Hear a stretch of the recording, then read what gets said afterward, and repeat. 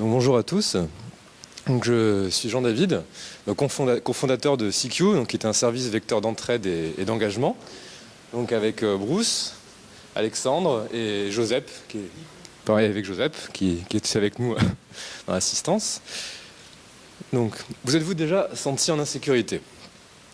L'INSEE a réalisé une enquête en 2016 qui montre qu'à quasiment 20% des femmes et des enfants âgés de 14 à 29 ans ont souvent renoncé à sortir de leur domicile pour des raisons de sécurité. Oui, pardon.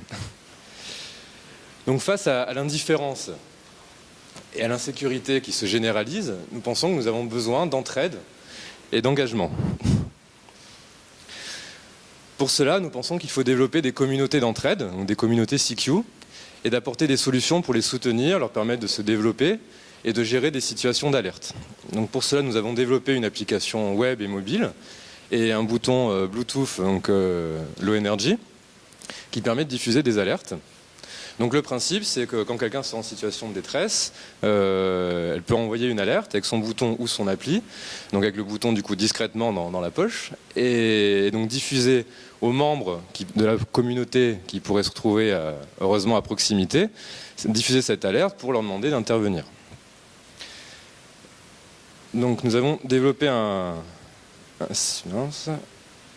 simulateur, excusez-moi, un simulateur qui nous permet en fait donc de tester des modèles de guidage, d'intervention, donc optimisés, et également d'analyser en fait la relation entre le temps d'intervention et la densité de seekers, de membres à proximité qui pourraient aider. Voilà, alors,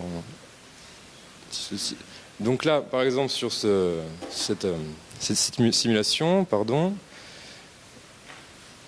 donc je vais vous montrer. Donc on va avoir en fait dans quelques secondes en fait un point jaune qui est donc un membre, un seeker. Donc par exemple Laetitia qui sort d'un apéro avec des amis, qui se sent en insécurité parce qu'elle est peut-être suivie. Donc pour revenir à sa voiture sereinement, elle appuie donc en fait sur son bouton Bluetooth ou sur son téléphone pour diffuser une alerte. Et donc on a vu un point vert du coup qui recevait l'alerte et qui se dirigeait vers cette personne, du coup une amie, et donc la raccompagnait à sa voiture ou chez elle.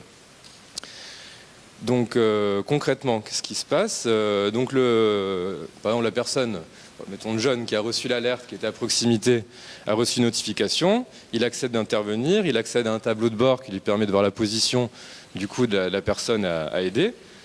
De la même manière, Laetitia qui a envoyé une alerte accède aussi à un tableau de bord qui permet de voir la position des intervenants et donc les chemins qu'ils vont emprunter et donc voir quand est-ce qu'ils se rapprochent du coup et dans combien de temps ils vont pouvoir arriver.